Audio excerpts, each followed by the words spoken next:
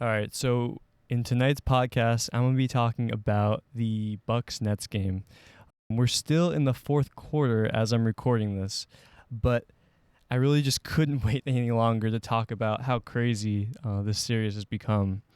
I think we all thought that it would be a little bit more competitive after or almost after game two, and I really just want to break down why I think the Bucks are struggling a little bit, and conversely, why the Nets are doing so well. In terms of the Nets, I'm really impressed with how they've played without James Harden.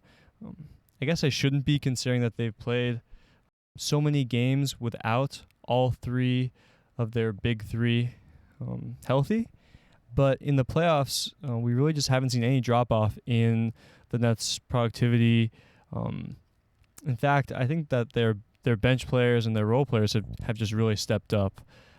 So far throughout this game two, Bruce Brown, Blake Griffin, Joe Harris, those guys have all stepped up. And it's been really impressive to watch how Blake Griffin has played. Of course, Kyrie and KD especially are doing their thing offensively. KD is just his normal GOAT self.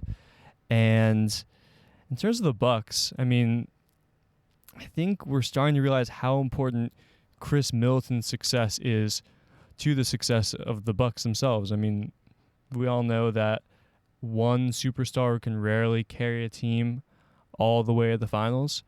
And we saw last year in the playoffs how the Bucks' weaknesses are really amplified. Giannis alone cannot carry a team without a better shot from the perimeter. And they really need a guy like Chris Middleton, a historically good and efficient shooter, to step up. And so far, he is really struggling. I don't have the stats in front of me, but he is not shooting well at all. And guys like Bryn Forbes have been impressive, but they haven't been able to overcome the shooting deficit that's been Chris Middleton. I think they're also struggling with the loss of DiVincenzo. Unfortunately, Pat Connaughton hasn't seemed to step up and completely fill that role. But it really does go back to Chris Middleton. I think sometimes we like to discount how important he is to that team because he's not flashy. He doesn't have the athleticism of someone like Giannis. But he really does provide that spacing that Giannis needs to get to the paint, to drive, and to finish. So what's next for this series? I mean, a 2-0 deficit against the Nets is really hard to overcome, and I don't think they will overcome it, but I would not be surprised if they put up a really good fight and maybe take it to 7.